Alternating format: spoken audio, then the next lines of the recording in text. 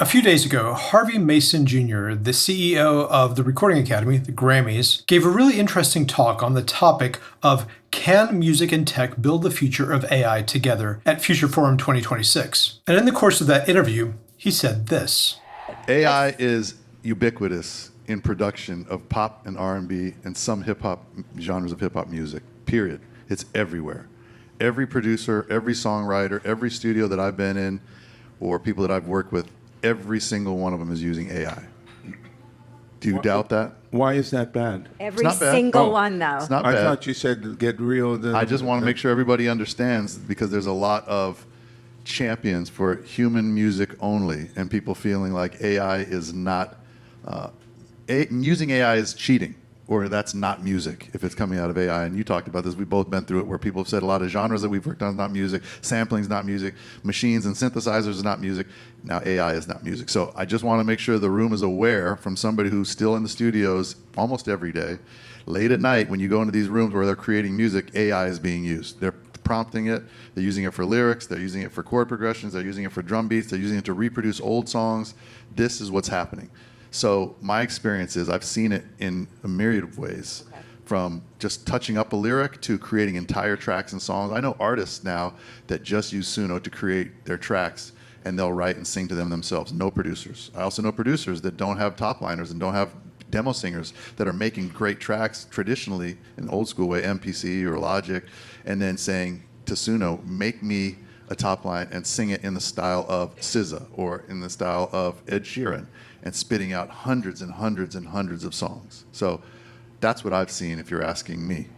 There's quite a bit to take apart there. First of all, I do see that he conflates all forms of AI in the same discussion. There's relatively harmless examples, like, for example, if you want to use AI as a rhyming dictionary to figure out like more lyric ideas, that's not really any different than using a rhyming dictionary. But he glosses over the fact that if you have AI write lyrics for you, or write chord progressions, or generate entire songs or tracks or portions of tracks, those elements come from pre-existing copyrighted songs that I wrote, songs that he wrote. And therefore, right in the middle of that quote where he said, oh, it's not bad, I have to take issue with that. Let's be clear, there's nothing wrong with using assistive technology. We all use all kinds of assistants that help us work faster, better. And in the music world, we even use technology that inspires us. New sounds, new loops, new this, new that. Nobody that I know of is arguing over that side of things. The only place where we seem to have a difference of opinion here is when someone else's unlicensed intellectual property comes into the picture. So I have to say, I'm kind of shocked that Harvey would conflate all this together and then say it's not bad. It was the honor of a lifetime to be nominated as a producer on Aaron Lazar's Impossible Dream album. When I submit my music for the Grammys, it's my music, 100%. And when Grammy nominations and awards are given out, it's understood that we are rewarding the work of the honoree. We are clearly not okay if that honoree has stolen work from somebody else. So if you're worried that I'm using inflammatory language like stolen, maybe we should define that a little bit. When someone goes to a generative AI engine like Suno or Udio and prompts it to create something that they want to hear, it is now widely established that those engines trained on a vast corpus of pre-existing copyrighted material that they did not get consent or give credit or compensation for. And as I've covered in previous videos, sometimes it's possible to get very blatantly copyrighted material out of these engines. So yeah, we have quite a problem here, because I find it hard to give blanket amnesty to a technology just because it's innovative and does really interesting things, when those things are violating the spirit of copyright and intellectual property. Later on in the same event, Harvey says this. If a song came out and you knew it was generated by AI and it was being sung by an AI artist, would you like it and have it be one of your favorite songs in your playlist? Raise your hand if you would, and you wouldn't care if it was AI generated. So very few people. But if I ask that same question to a group of teenagers or 10 or 12-year-olds, I don't think they would really care if the song was great. If the song was great, that's a blatant end justifying the means. Is Harvey really saying, if the song's great, we can overlook the theft that it took to make the song? That's a huge red flag for me. And I don't know how you can square that as a music creator. Now, to Harvey's credit, later in the same event, he pivots slightly and he says this. I have to reserve the right to say we need to control AI and make sure it's used thoughtfully, purposefully. People who have copyrighted works are paid attention to. They're able to be remunerated. They're able to have approvals, things like that. So as much as I'm optimistic and I see the tool being used, I have to make sure. Again, I represent between 30 and 40,000 music people, and they're all nervous. All of my members of our academy are concerned. So how are they going to continue to make a living? That's something that we have to work on together, and Lior and I spend a lot of time talking about it, thinking about it, and advocating for it. Now, Harvey did say that it needs to be used thoughtfully and purposefully. I'm uncomfortable with how vague those words are because one person's definition of thoughtfully and purposefully could be vastly different than someone else's. And my point of view is that there are some black and white issues here at stake. This is not a case of one person prefers to use Pro Tools and another one prefers to use Suno, and therefore they must be equal. They're not. He then says that copyrighted works must be paid attention to, but again, it's a little too vague for my liking. Paid attention to could just mean lip service towards acknowledging that those things exist. People who have copyrighted works are paid attention to. They're able to be remunerated. They're able to have approvals, things like that. He says they're able to be remunerated and they're able to have approvals. The 3 C's that we talk about all the time are consent, credit, and compensation. These are not sidebars to the discussion. These are the central tenets of copyright. And they are the very principles that allow creators, music creators, video creators, literary creators, and other types of creators the freedom to earn their livelihoods. When those disappear, our protections go out the window. There's one last quote from Harvey I want to touch on. Have you guys ever heard of Splice? Like it's a program you can drag sounds and loops and keyboard, song progressions, chord progressions.